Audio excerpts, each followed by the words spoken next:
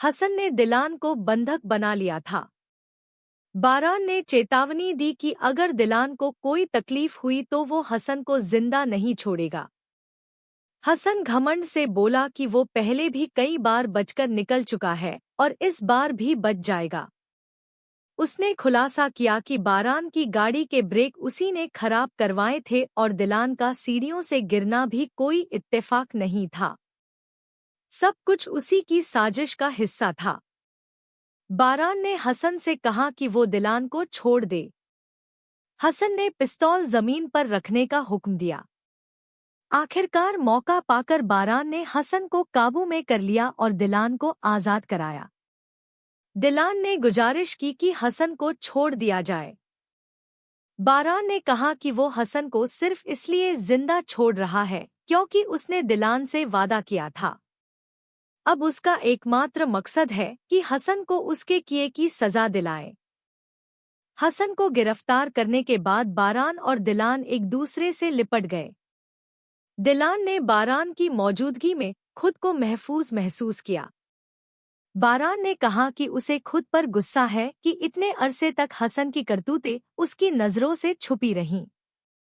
दिलान ने उसे तसल्ली दी और कहा कि बुराई कभी अच्छाई पर नहीं जीत सकती।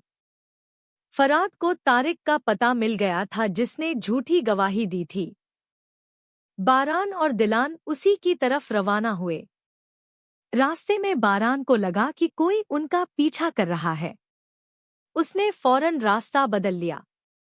दिलान ने पूछा तो बारान ने शांति से बताया कि एक गाड़ी उनके पीछे थी। बाद में पता चला कि वो उनके अपने आदमी थे जो किसी और गाड़ी का पीछा कर रहे थे। रास्ते में गाड़ी का टायर पंक्चर हो गया। बारान ने दिलान को गाड़ी से न उतरने कहा और खुद टायर बदलने लगा।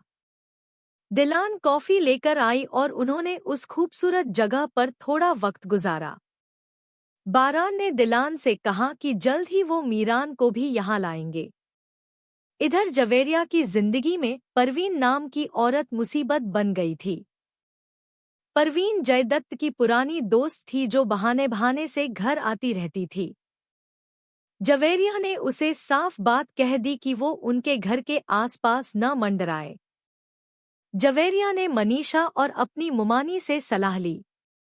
मुमानी ने कहा कि जयदत्त से बात करके उसे परवीन से फासला रखने को कहो। जयदत्त जब घर पर था तो परवीन ने उसके बेटे की पेरेंट्स मीटिंग का बहाना बनाकर उसकी मदद मांगी। जयदत्त असमंजस में पड़ गया क्योंकि इनकार करना मुश्किल था। परवीन जानती थी कि जवेरिया के डर से जयदत्त कुछ न कहेगा। उधर यास्मीन और जवेरिया वेडिंग गाउन का इंतजाम करने निकली। यास्मीन ने बताया कि यह वही गाउन है जो उसने बचपन में पसंद किया था और जवेरिया ने वादा किया था कि शादी में यही पहनेगी। दादी जान मीरान के साथ वक्त गुजार रही थी। उन्होंने फराद की बीवी से कहा कि मां बनना इस दुनिया की जन्नत है और यह उनका भी हक है। फराद की बीवी ने जवाब दिया कि माँ बाप होना दिल से होता है और बच्चे के लिए एक ही रास्ता नहीं होता। उसने बताया कि वो फराद के साथ हर हाल में खड़ी है चाहे जो भी हो। फराद ने बीवी को बताया कि उन्होंने सबसे अच्छे डॉक्टर से अपॉइंटमेंट ले ली है और हो सकता है कि वो किसी बच्चे को गोद भी लें। दोनों ने मिलकर यह तय किया कि उनकी मोहब्बत हर मुश्किल पर भारी है और वो हमेशा एक दूसरे का साथ देंगे। दुश्मन खेमे में जवाहर का वकील परेशान था। जवाहर ने उसे डांटा कि हर बार बातें ही बातें करता है और काम कुछ नहीं होता।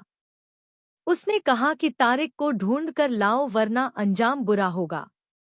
बारान पर नजर रखने वाले आदमी ने खबर दी कि बारान समर हाउस से निकल चुका है। जवाहर ने कहा कि इस बार कोई गलती बर्दाश्त नहीं होगी।